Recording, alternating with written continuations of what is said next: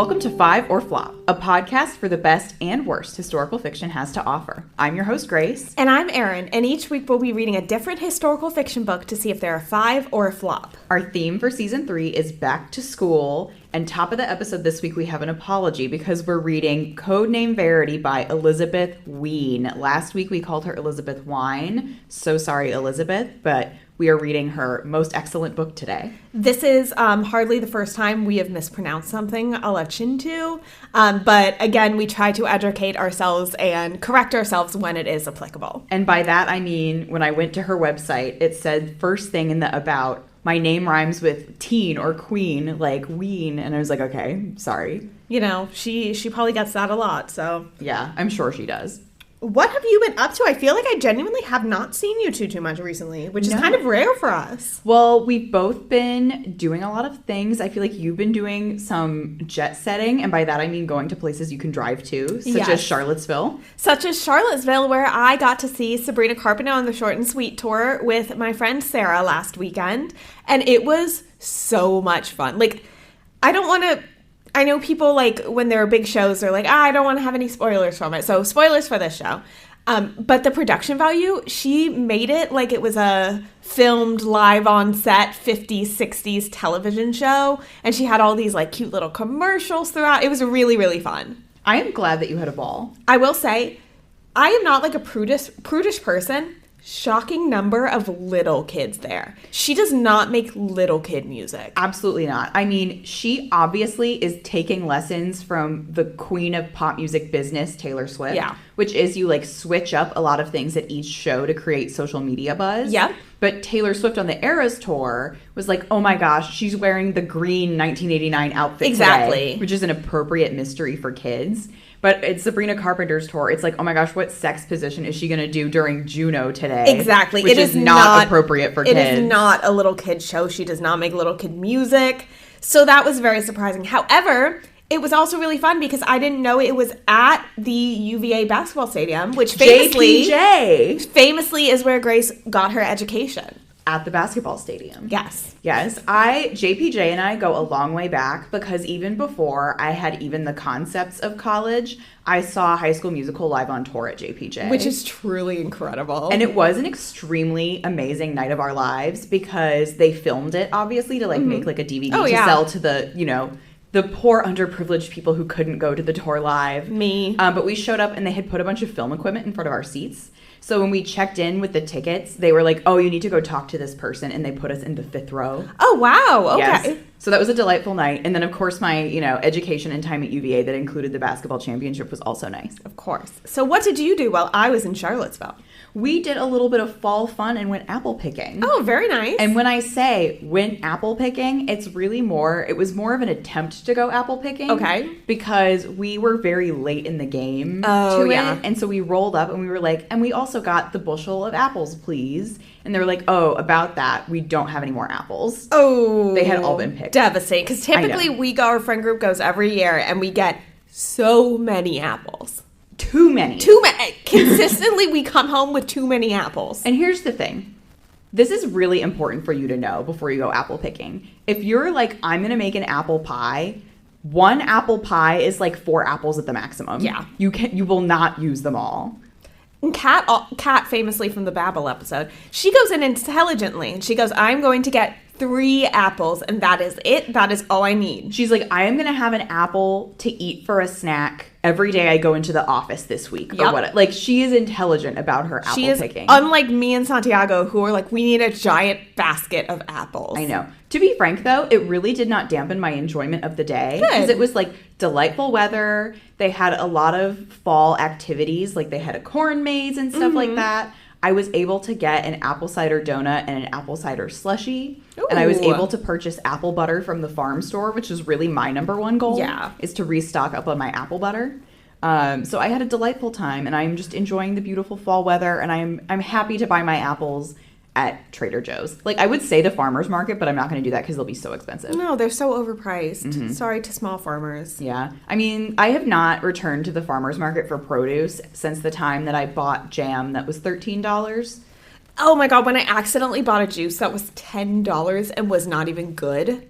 Oh, I was so mad. Yeah. I've gone back before, like, on errands for others. Like, one time when Hannah of the Love in the Time of Cholera episode was out of town, she asked nicely that I go get her a loaf of gluten-free bread, which I happily did for my friend. But even standing in that line, I was like, geez Louise. Because it was the same place that sold me the jam. And I was like, I know what you people are up to. We used to, where I grew up in Florida, at the end of our neighborhood, every Sunday they started having this, like, little teeny tiny farmer's market. And I would always go, I would walk my dog Flynn up there. And it was very nice and nothing was overpriced, because we were in suburban Florida.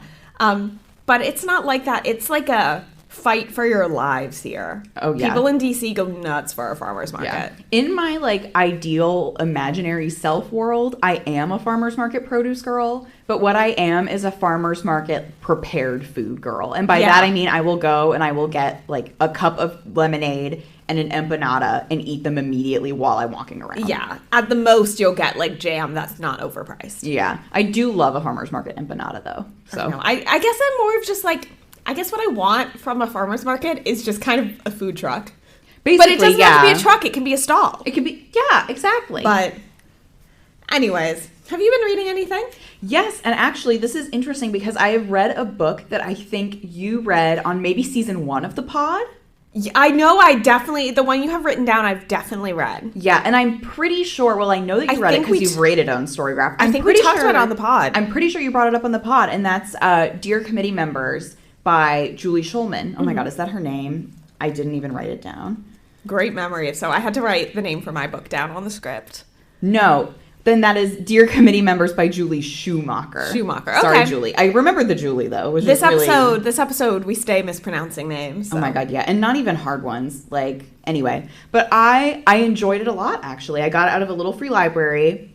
I had heard, probably from you, just like about the concept of it. I don't even know if I rated it, but I remember the concept the concept was really interesting. Yeah, so it's again, it was a refresher for maybe our people who have forgotten season 1, but it's a book narrated by an English professor, and the book is told in epistolary style through his letters of recommendation. Which I love epistolary style books. Me too. So honestly, I thought that ending of it was super crisp and like really good and well wrapped up. I'm not going to talk about what it was, but there's 2 more books in this series just based on the same protagonist, and I don't know if I'm going to read them because I'm just happy with where it wrapped up. Well, that's good. I like that. Sometimes you don't need it to be a full series. No, I'm happy, to leave it where it was.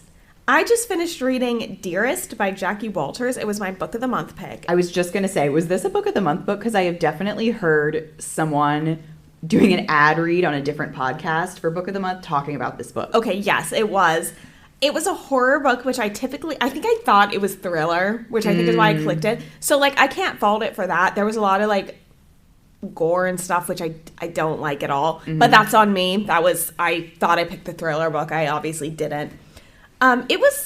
It was okay. I liked it, and I also didn't like it. I think the whole thing was kind of like a metaphor for like postpartum depression, but like a physical manifestation of that. Okay. That's like all I'm really going to say about it. I don't know. It was fine. I think Book of the Month, you can sometimes get really random books through there that are fine.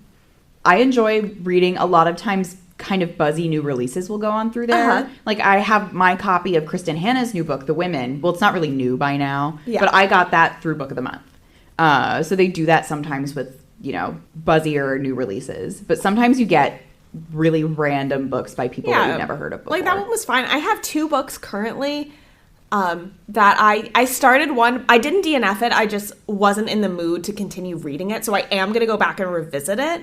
And then I have another one from like 3 months ago that I just like simply have not even started. Okay, yeah. So I've held on to my copy of The Women and I haven't read it yet. I will. The Women was so good. I will read it. We were just talking about repeat authors for this year on our story graphs, like our top authors. We gotta take down those illustrators from the American Girl doll books. Oh my gosh, yeah. Because I know they worked really hard, but they did not write Josefina. So I don't want the illustrators to be reflected in my story graph. That's not what the story graph is for. Not that I don't respect Susan and Jean-Paul's contributions, because I do, but... But this week we're introducing a new author into our lineup. Yes. Oh, sorry, go ahead. Oh no, I was just going to say, and Grace is going to go ahead and share the synopsis for Code Name Verity. Okay. Be prepared to lock in, because this is a long one. Okay.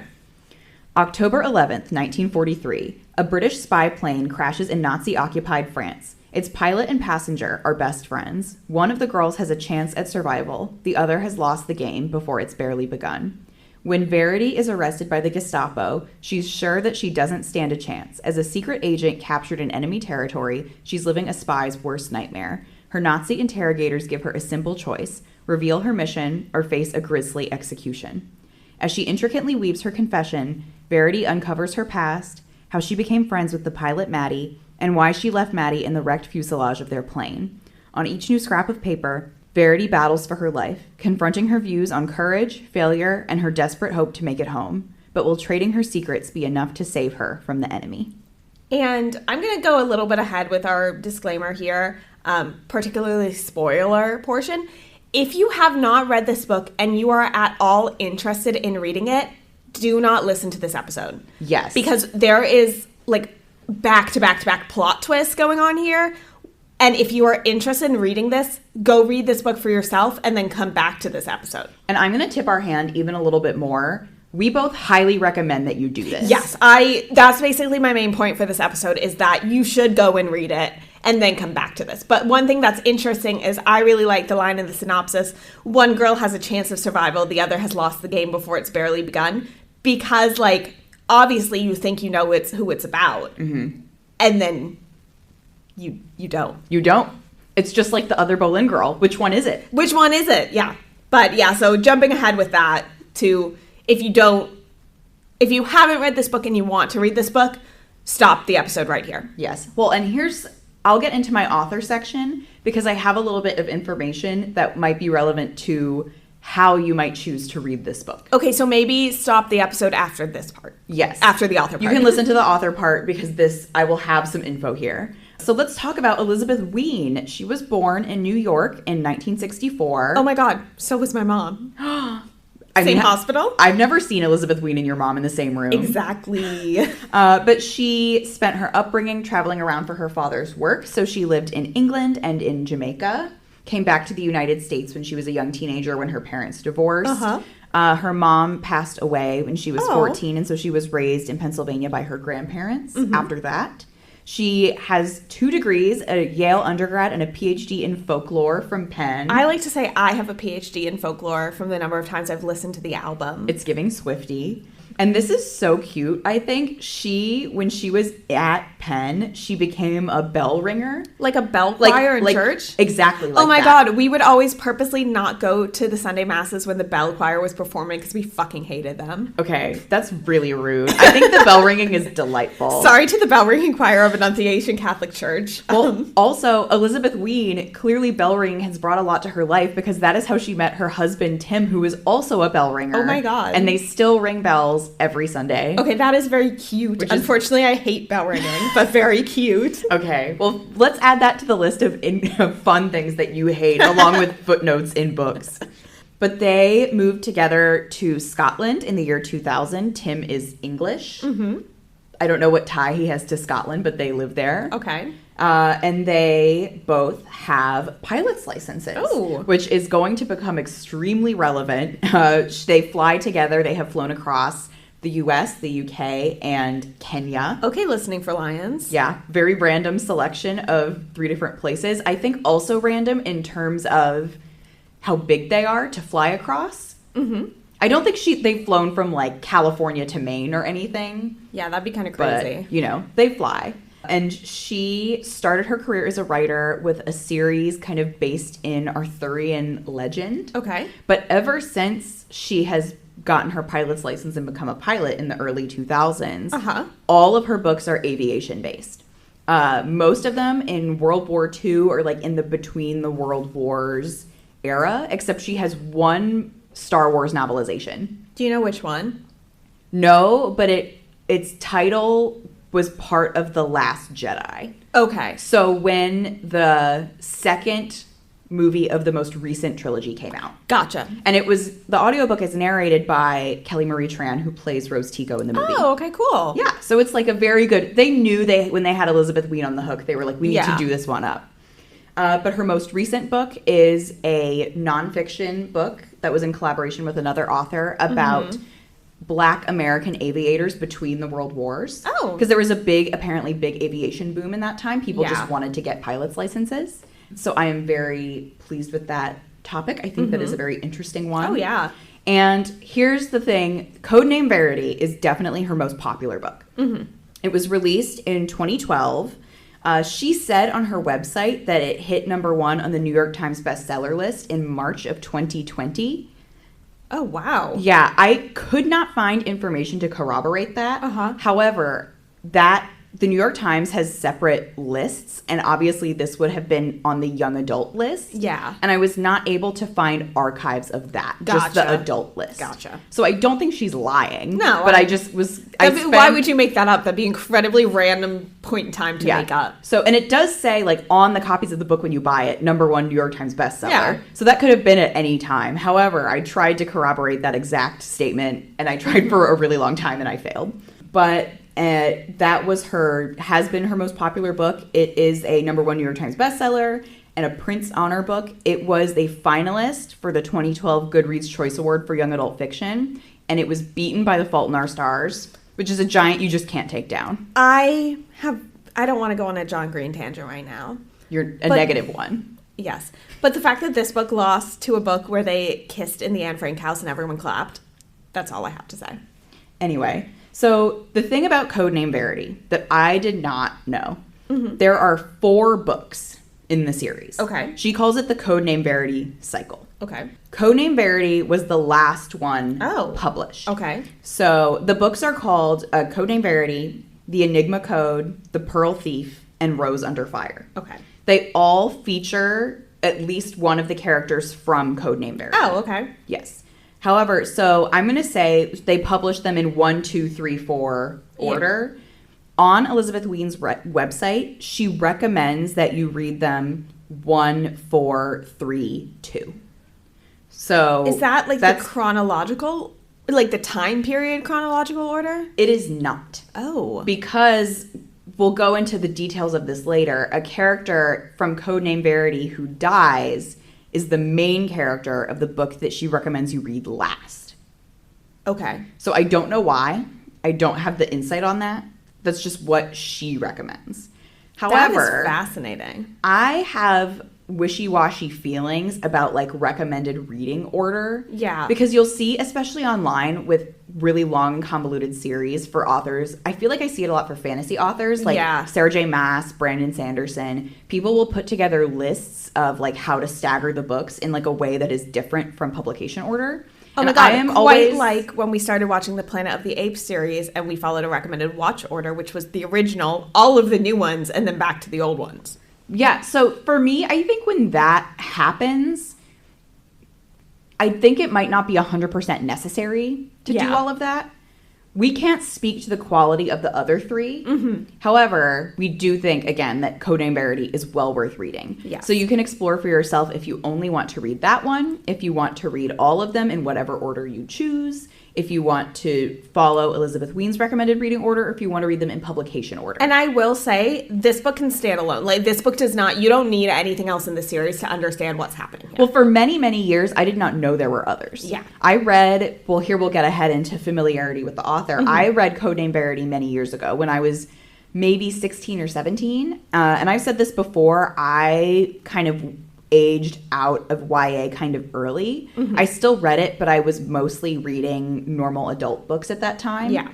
And I started reading Code Name Verity, and I thought, like, oh, this is a really good YA book. This is a great YA book. And then I kept reading, and I was like, no, this is just a great book. Yeah. Like, exactly what we said about The Book Thief, basically. Yeah. It's just a great book for anybody to read. But I have not read any of Elizabeth Wein's other books, including any of the Code Name Verity cycle. And I had not read any of her books. I had heard of this one. I didn't know what it was about beyond World War II. Mm-hmm. That was really all I knew about it going in. Here's something a little off topic that I'll add in. We made a big deal about combining 2 books into a World War II episode earlier this season. Those are children's books. Yes. This is a World War II YA book. And we have another one coming. And we do have one more coming. These 2, I feel like, I was about to say The Fault in Our Stars, Jesus Christ. Number the Stars and the Upstairs Room were similar.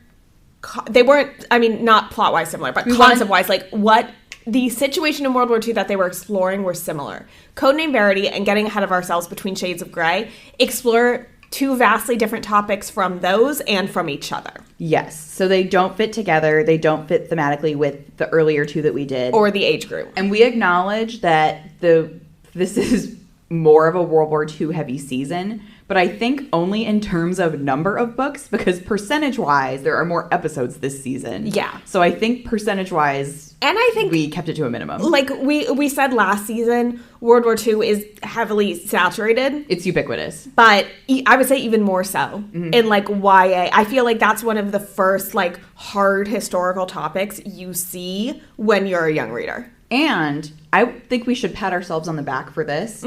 4 books about World War II, all different countries. Yeah.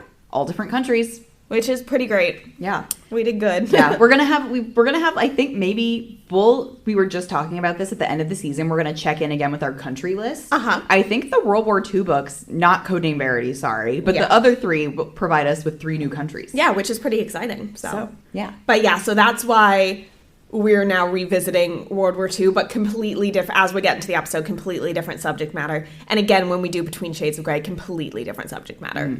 Well, let's start off our conversation with our favorite thing to discuss, which Disclaimer. Yeah. Fine. Our favorite thing to discuss is our disclaimer, which we kind of gave. Our judgments come based on the book and characters within them rather than any real historical figures they may have been based on. I don't think... There's not any real historical figures. In the author's note, there's some sort of like, I took inspiration from these people, but those are not famous people. No. So we'll get into that later. And also spoilers ahead. So like we said, you really, if you have any interest in this, you really should go and read it and then come back. And we don't say that for every episode. No, we really don't. Especially for a book that has been out since 2012. No. Where we normally just glibly say, like, everyone has read this. But there's just so many plot twists and whiplash in this that I think you should experience it. And just to add, not only for our mothers, but anyone else who is an adult and maybe wasn't reading this because they weren't the age range to read it when it came out. It's like The Book Thief, you should. It is still worth it. Yeah. So now we can get into your real favorite thing to talk about. Structure. Yes. This book is I think it's top tier on all aspects. What I wrote down, the plotting and the characterization and the structure are all really strong and in like equal ways. They serve each other. So you start kind of in media res, where the character Verity, obviously that's her code name, as we know from the title, has been captured in Nazi-occupied France. She is being held in a prison that they have created out of a hotel that they have taken over, and she is writing her confession. And at this point we know that she is collaborating with the Nazis as a result of torture, because she said she has given them information in exchange for her clothes back. She's like, I earned my sweater and my pants and my shoes. And I know we're going to keep talking about structure, but before we do, since you mentioned the torture, as we gleaned from me talking about the book of the month, I have a weak stomach. I do not do well with anything. The torture in this book was so present, but not on the page. Like, you knew it was happening. You knew essentially what was happening, but it was not like gruesome. It was like the exact way that I like to not like to read about torture. Would prefer to read about things like this, because it's real. It did happen, and it was presented so perfectly for the age group. Like, teens and young adults, they do not need to be reading the details of that type of stuff. They really do not. Even older teens. But I would see, like, I could see myself in middle school reading this too. In middle school, I would not need that. But you still need to know what happened and how she got to the point of collaborating. But it was just done so beautifully because it was present throughout the entire thing without just being gratuitous. And it's because Elizabeth Wein knows what is important. And the important thing is not what the Nazis are doing to Verity. It's the effect that it has on her outcome mentally. Especially because she makes it a point to say this is not at all like a central focus. But she is not the only prisoner being held here. Yes. But she is the only one collaborating. So everyone else, whenever they're marched through the halls, they glare at her, they spit at her. Everyone else hates her because they know that she's the collaborator because she has her warm clothes. Yes. But she can also hear everyone else being tortured through the walls. They make her watch a lot of it too. And it doesn't, and no one else that we see at least ever gives in. Mm-hmm. It's only her. Yes. Or so we think. Now let's jump back to structure. Yeah. It is twist after twist after twist. Oh my God. And I have read, like I said, I read this book before. There was the biggest plot point I definitely remembered. Everything else I have already forgotten. So kind of let's go twist by twist. Yeah. So from my memory, the first one you really realize is that, so she's telling the story. She's like writing out her confession. And she's talking about like these two girls who are friends, Maddie and Queenie. And Maddie is the pilot of the plane that crashed. And then the first twist is that she is Queenie. Yes. In the story. And eventually you do find out that's a nickname. You find out her real name, and her real name is Julie. So the characters of the book are Maddie, who is the pilot of the plane, and Julie, who is Verity. Yes, who is Verity, who is Queenie, and then who is also, what is the other person? Ava Seiler. Yes. She has several code names because she is working as an interrogator on behalf of the British. Yes, which is, I think, kind of the next big plot twist. Yes. There are breadcrumbs left for you to pick up that you don't know it's going to result in. I would like to do a reread of this book now that I know everything. Going back to the beginning, well, one of the first things that you establish when she's in the intro telling you how she has traded information for her clothes, she says, I am so ashamed of myself, but I couldn't help it. I have given them 11 sets of code. Yes. And then they have shown her a photo of the plane crash with the body of the pilot. So she knows that Maddie did not survive the plane crash. And they have like the codes on the seat. Yes. Like it's visible in the picture. They have like 11, we don't know how the technology works and it doesn't matter for us to explain it to you. 11 of the boxes symbolizing the 11 sets of code. There are also parts, and this is a crucial to me. How did you read this? Did you read it on E or did you read a physical copy? Oh my God. Actually, I wanted to say this at the beginning and I forgot, and I just checked my notes, so I was trying to figure out how to integrate this. I had a PDF online that was scanned pages of the book, and every once in a while, there was a page missing. So I am missing maybe 7, 8, 9 pages of the book total. So that was a little weird, but I don't think I missed anything major. Okay. It doesn't sound like you did. No. But for me, critically, I read this on E. Mm-hmm. And during Verity's part of the book in the beginning, there are random sections of text that are in red. Oh, okay. I didn't have that. Oh, okay. Well, I thought, this is just that thing that Kindle does where if a lot of people highlight a section, they'll underline it. And I had, for whatever reason, my Code Name Verity, because I bought it like on Amazon probably in like 2013, is in like a different file format than the rest of my books that I bought more recently. Okay. So it was like, instead of the underline, it's just red. It's just red. Okay. Yeah. And that comes back around later. Oh, okay. Yeah, I didn't have that at all. Okay. Well, that's like the most minor. Okay. That's like the most minor part. And then the very end of Verity's section essentially is they're torturing someone next door and she's hearing these screams for hours and hours. And Verity just snaps and is like, lie to them. Like, just make something up to tell them. Like, lie to them. And that obviously gets her punished. Yeah. And then you start the next section and it's Maddie, and Maddie's not dead. Yeah, which is the next big plot twist, which is why I come back to the synopsis, and you're like, one girl had no chance, the other one got, and then you're like, oh shit, like, what's going to happen from here? Yeah. So the first half of the book is written in Julie's point of view, Julie Verity. Writing to the Nazis. Yes. The second half is Maddie. And now, because obviously she crashed her plane, the intent for her was to, like, loop over Julie, who's the spy there to do spy business, was going to parachute out. Maddie was going to fly home. Because she's crashed, now she's in Nazi-occupied France, and she's not supposed to be there. No.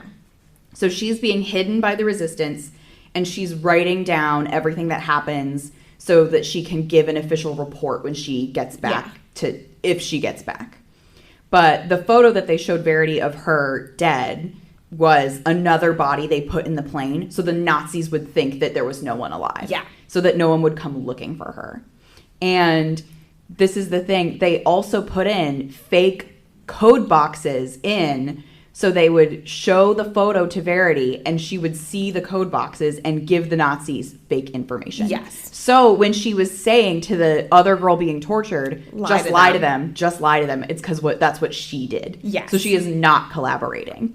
And I was a little bit conflicted about that because I was like, oh, it's a good lesson about like no matter how strong you are, there are some things that will break anyone down, you know, blah, blah, blah. But I was very happy actually that she wasn't collaborating with the Nazis. I love that it showed like she instantly got, you're not going to pick up my snap on the microphone, but she like in a snap got it. She picked it up and she was like, I'm running with this. She's smart. You see that consistently. You're shown and not told. And what's so interesting, and this might be jumping around a little, what's so interesting, because she is so smart, you're kind of like, how did she get caught? And it was because they're from England and she was in France and she looked the wrong way before crossing the street. That was the only thing. Well, and the reason the Nazis they know Maddie was flying the plane because just for whatever reason, just like a stupid slip up, Julie ended up with Maddie's papers. Yes. And Maddie has Julie's forged identity that she was going to be using. So she has to pretend to be German. Yeah. And they have to just kind of parade her around and have her not speak that much because she doesn't speak German. But the red text, what I'll loop back to is they had a woman who was not a Nazi, but she was like an employee of the Nazis. She was like a translator, it felt like. Yeah, she was doing like admin work for the Nazis in the torture prison, which is, sorry, that's a flip way to say it, but you know. But she smuggled Julie's confession out to give to Maddie. She was collaborating with the Allies. And all of the parts that were significant, she underlined in red. So that's where the red came from, was that this German woman That makes a lot more highlighted. sense because I did reference that, obviously. And I was like, oh, it must just be, you know, they can see it. Yeah. But no, they're like passing code back and forth in that way to complete the mission that Verity came there to do, which is to blow up the torture prison, essentially, to wipe it off of the map. Yeah, and she had gone in, like, with a code, like, on her scarf that she had tried to rub out, and then when they captured her, like, the admin worker grabbed the scarf and, like, smudged it out. So the Nazis wouldn't see what she had been looking for. Yeah. This book is so smart. Like, every single thing is, like, 2 steps ahead of us. To me, the biggest thing, and this was the thing that I remembered, is in Verity's section, she talks a lot about famous last words. And she talks about Admiral Horatio Nelson, whose last words were supposedly, he had someone next to him named Hardy, and he, as he was dying, said, "Kiss me, Hardy." So then at the end of the book, the prisoners are being transferred to a concentration camp. To be medically experimented on. Yes. Or at least the women prisoners. Yes. And the resistance is trying to rescue them, to break them out, and to shoot the Nazis, essentially.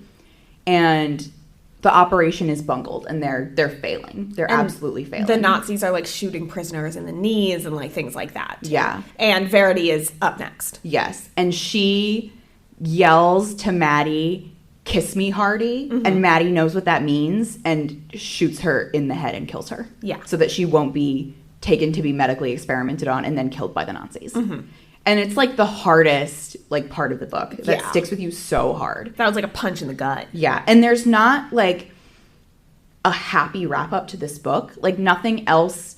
There's still a lot of book after that, and nothing else that happens is bad. Like the Allies win the war. Maddie is like, they're definitely gonna, I don't know what the word is, fire me. She thought she was gonna get arrested for killing Verity. Yeah, and for being in France when she really wasn't supposed to be in France. But like none of that is her fault. No. So she's not arrested. So none of that happens, but there's still no like, oh, in the end, like this sad thing happened, but we're like moving on or whatever. I want to find the like exact line because I feel like it's so good. Hold on. Well, while you're looking for that, I will just say I'm shocked that I had never even, I had heard of the book, but never even heard like anything about it. I had never heard anyone rave about it or anything, which is shocking to me. I would put this up there with The Book Thief. It's like, it's that good. And you know how much we raved about The Book Thief, and also that has a level of universal acclaim that this maybe didn't quite reach. Which is what really surprises me. Yeah. Gosh, okay, maybe I can't find this line. Let me try and search. I am obsessed with reading books on my iPad because you can search keywords. And when you're doing the research, it's so helpful. Okay, I'm giving up. But essentially, it's Maddie back in England. She hasn't been arrested. Verity's family still loves her, and they make that clear that they don't blame her. And her mother sends this beautiful letter to Maddie. Please come up and like stay with us, and we'll leave the window open for you. But Maddie says like, part of my heart is buried on the shore of the river in France. That's okay. I know exactly what quote you're talking about, and I do have a question because the person who buried her was talking to Maddie, and she was like, I know your pain, like something like that. And she was buried, and Verity was buried with that person's great aunt. And Maddie was like, now I understand what she was saying.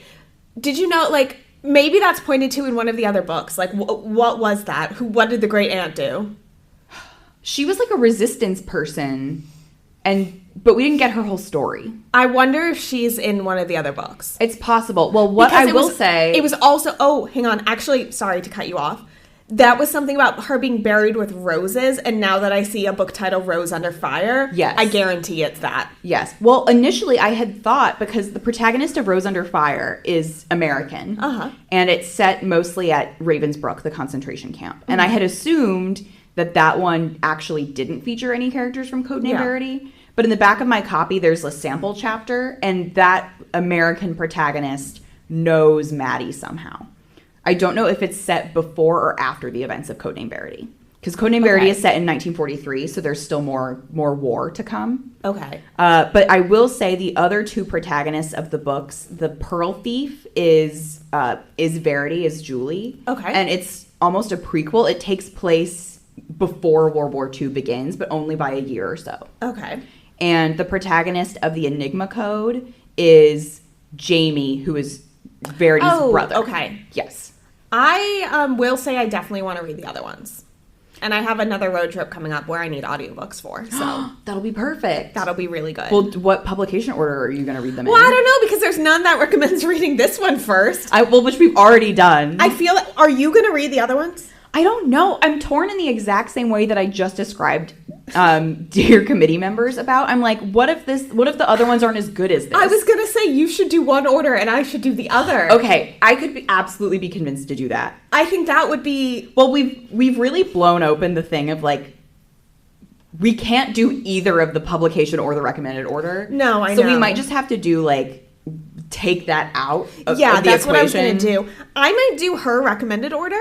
Okay. I feel like we could also totally get Kat or Diana, who will be famous for an upcoming pod episode this season. We could totally get them to do one of it, like from scratch. Absolutely. Well, there's only 4 books. So if we get all of our friends, we can do every single possible combo and then rank them. Exactly. That could be a fun bonus episode too. Yeah. Okay. But we'll consider. Consider. You've talked me into it. I will read the other ones. I want it. Like, this one was so good, and I want to spend more time with these characters. Yeah. So. Well, and so let's talk about. We've talked about the structure, and we've talked about the twists. And I forgot to say, because I feel like this is important for our listeners to know, they do blow up the torture prison. Yes. They successfully blow it up, and there is a whole thing where Verity communicates to them through code somehow. She said, like, even if you can't get us out, you have to blow it up anyway. She's like, even if I'm inside, you have to do it anyway. Yeah. And it doesn't turn out that way because of the botched operation when they try to take everyone to concentration camps. But they do manage to blow it up. Yes. So, but aside from that, we've talked about the structure and the characterization. Our other favorite thing, pacing, great. No problems. This is a very normal length book. I don't think either of us would say it was too short or too long. No. I was happy with the length. I don't think it needed to be longer, and I should not have been shorter. Yeah. And the other thing is the characterization, I think. Because really strong. This book is 2 things that it relies on, and it relies on the structure and the twists, and it relies on the characterization. I think mainly, obviously, the central friendship between Julie and Maddie. Oh, yeah. But all of the side characters are done really well, I think. Especially, this is not something I wrote down, but it has like come to mind.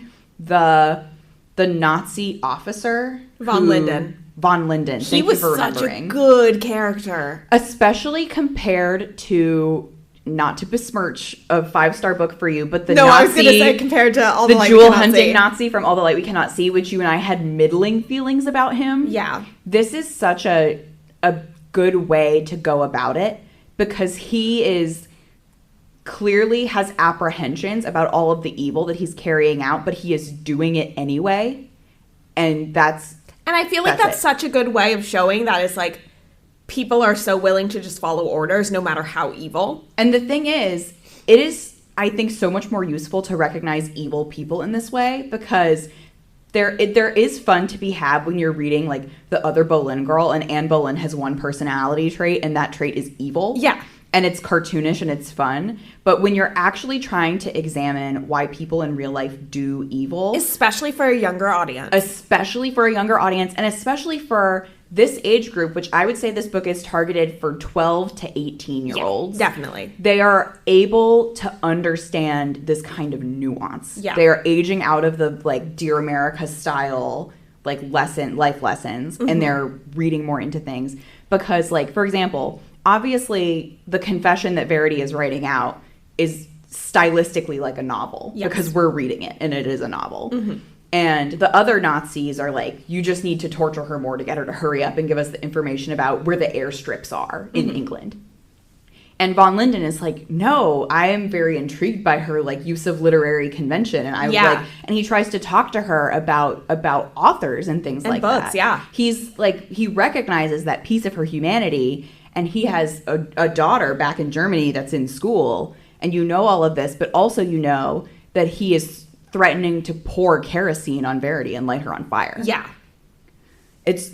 Compared to other evil Nazi hunter characters that we have read, this is, I think, a really good one. Yeah, the nuance is really strong. And it's still, he is undeniably evil. But you see that anyone you know could, under certain circumstances, become evil. And by the end, you don't know how you feel about the Anna character either, who is the Nazi that ends up helping Maddie, the admin, coordinate the spy mission. Because this whole time, though, she has also been, still working in this torture prison. So you're like, you've done this good thing, but how much does that redeem you in the eyes of the reader? And it'll vary from person to person. And the radio interviewer. We didn't even talk about that. I'm wondering, because she was American, I wonder if she's one of the main characters in the book with the Americans. Maybe. Because she was fantastic. Yeah. Do you want to explain that? Yes, I will need your assistance, though. Okay. She comes in, she, I guess, runs this show that does a lot of pro-Nazi propaganda that's directed towards Americans. So they bring her in to interview Verity and be like, look how well we treat our prisoners, blah, blah, blah. But it's very clear that, like... It's fake. It's fake. And she brings that information back to Matt. And, like, that's how Maddie figures out that Verity's alive. Because at that point, they're like, she could be dead. We have no idea what happened to her. She's just gone. And the Nazis took her. So it's very mixed of, like, she gets this information across. And they have this really interesting, like, woman-to-woman conversation of, like, can I get you anything? Do you need towels? Like pads. And she's like, no, I've stopped. And she's like, you stopped bleeding? Like, were you raped? Are you pregnant? And she's like, no, they don't feed me and my body's in shock. Yeah. Well, they say that without saying any of that. Yeah. So basically you find out then in Maddie's half that this woman does this, like, quote unquote Nazi propaganda so that the Nazis like her and they'll let her in places. Because critically, Julie has all these names. She is, at first she doesn't have any name. Then she calls herself Queenie, and then we find out that her real name is Julie. But she gets chosen for this sham interview because she's the collaborator. Yes. And the reporter comes in and says, I'm looking for Verity.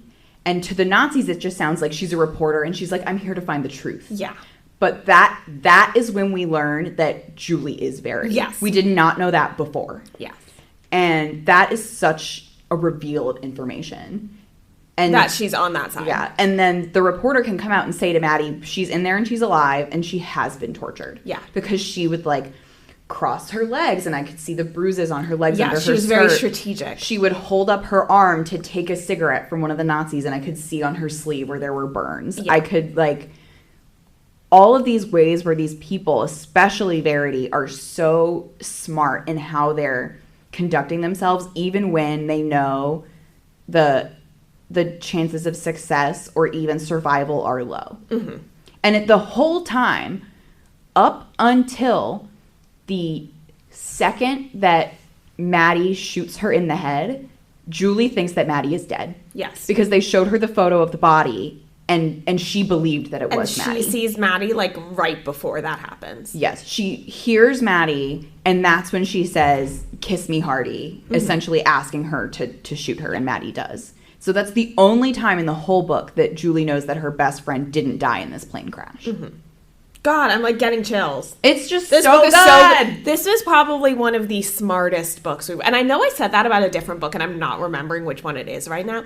This is the smartest book. We really need transcripts of all the pod episodes. So, like, we need a pod intern so I can keyword search them. I know. But yeah, this is one of those books. We say it every so often, and I don't think it ever actually comes, like, true in the actual episode. But we've said before, maybe it's because we disagree so much. Actually, that's what it is. We're like, I don't think this episode will be that long, because all we can say over and over is that this book is really good. I know. This episode, we're already at, like, 45 minutes. Yeah. But you really feel at the end when Maddie says, part of my heart is always going to be buried in a rose garden in France. Mm-hmm. You believe her. Yeah. Maddie and Julie, because they're both, like, Maddie is, I didn't even explain this. Maddie is a ferry pilot. Uh-huh. So because they need all of the men who can fly planes to do combat, they had basically women who had pilot's licenses, they would transport the planes to where they needed to be. Mm-hmm. So that's what Maddie is doing. And Julie is an interrogator, is a spy. And they have all of this different work. So they aren't even in the same place at the same time all that frequently in the book. Mm-hmm. But Elizabeth Wein characterizes them and their friendship so strongly that you believe it and you feel it even without a ton of time on page. Yeah.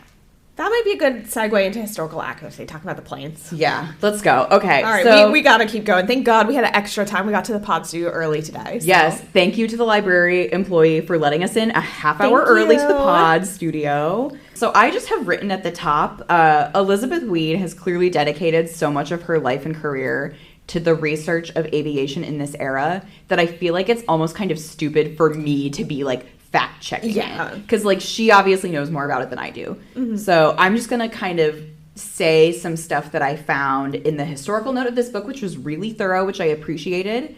We'll talk a little bit about, I think, some kind of a Hamnet type, when is it okay to bend the truth for things conversation. Throwback to our pilot episode. Haha.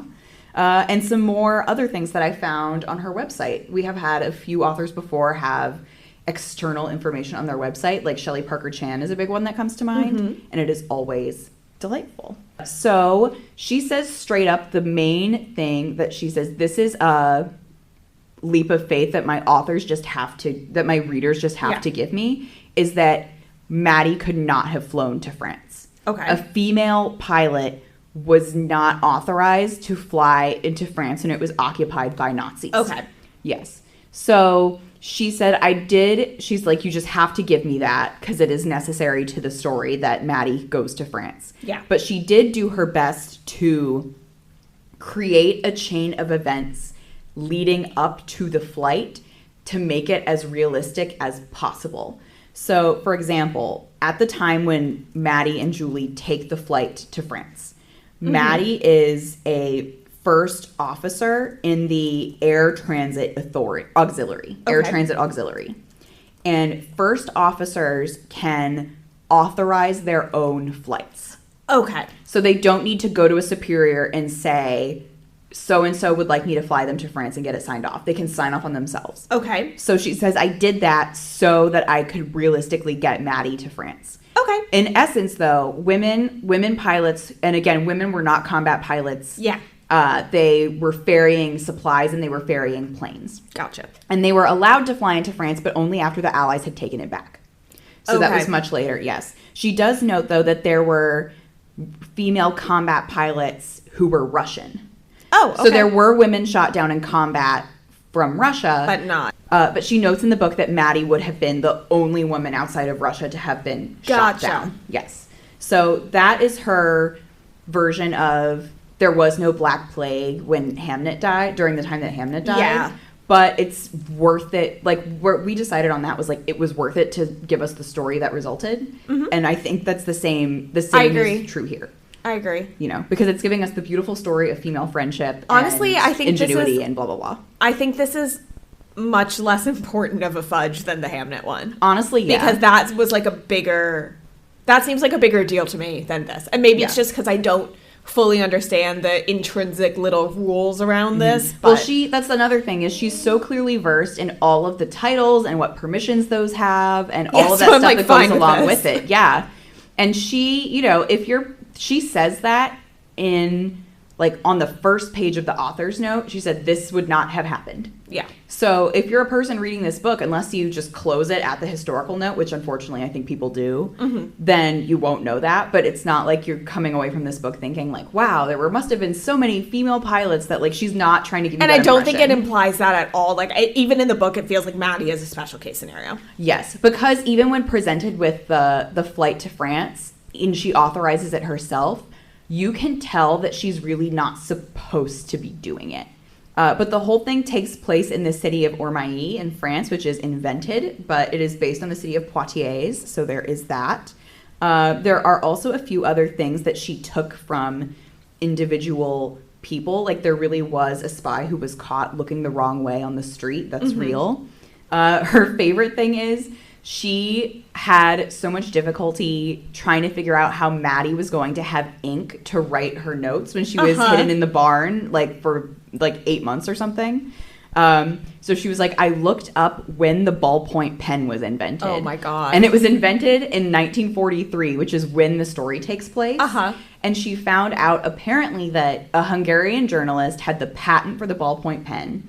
And he sold it to, or licensed it to, the Royal Air Force to use so that their pilots could write stuff down when they were in the air. So she's like, would Maddie have technically, probably had a ballpoint pen? Probably not. But I am giving her one. That is really funny. And it will technically work out. Because even, like, she makes a point in the book of Maddie being like, thank God I have this pen that I had from my being a pilot. But the most important thing that you learn kind of in the book are the different branches or affiliated organizations of the Royal Air Force or the British Army unit that Verity and Maddie are a part of. So Maddie starts out in the Women's Auxiliary Air Force, which was created, again, I think a lot of countries had this, so that women pilots could play a supportive role so that male pilots could be freed up for combat. Yeah. So actually, this is crazy. Maddie starts as a radio operator in the Women's Auxiliary Air Force. No one in the Women's Auxiliary Air Force flew any planes. They were only doing groundwork. So Maddie starts as a radio operator. They recognize quickly that she should be flying planes. Yeah, she should be. So that's when she joins the Air Transport Auxiliary. So that is not a gendered organization. They were initially supposed to fly back and forth with supplies or occasionally with people. Like, if you need more doctors at this base, the Air Transport Auxiliary will fly them over. But it quickly became true and necessary that they ferry planes so that they provide the aircraft, the combat planes, to where the combat pilots were. So that was their main responsibility, to serve the Royal Air Force in that way. So apparently at the end of World War II, in the Women's Auxiliary Air Force, 250,000 women served in the Women's Auxiliary Air Force. Which for Britain, like, that's not that big of a place. No. That's a ton of women. And then there were, in the Special Operations Executive, there were 10,000 male agents and 3,000 female agents. That's impressive. Which I was going to say, I think that's not that bad of a discrepancy, given the time. And I could not find numbers for the Air Transit Auxiliary. I keep wanting to call it the Authority, but that is not what it is.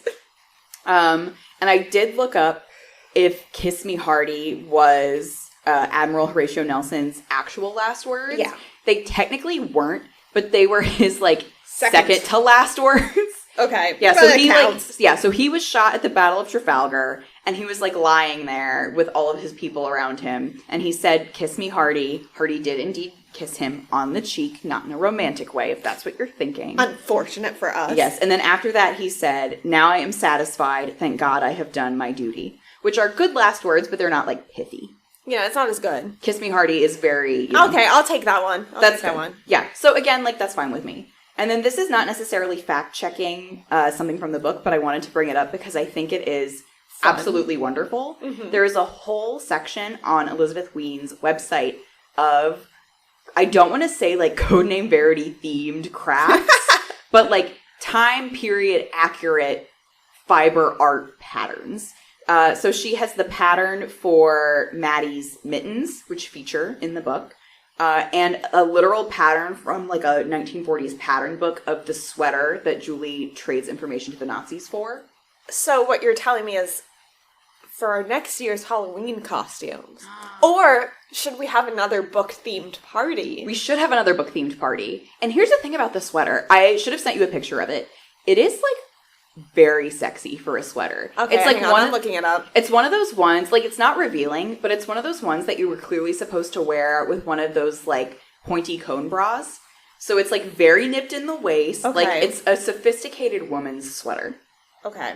And then she also has, apparently, the Women's Auxiliary Air Force. Again, 250,000 people, women served in it. Big thing.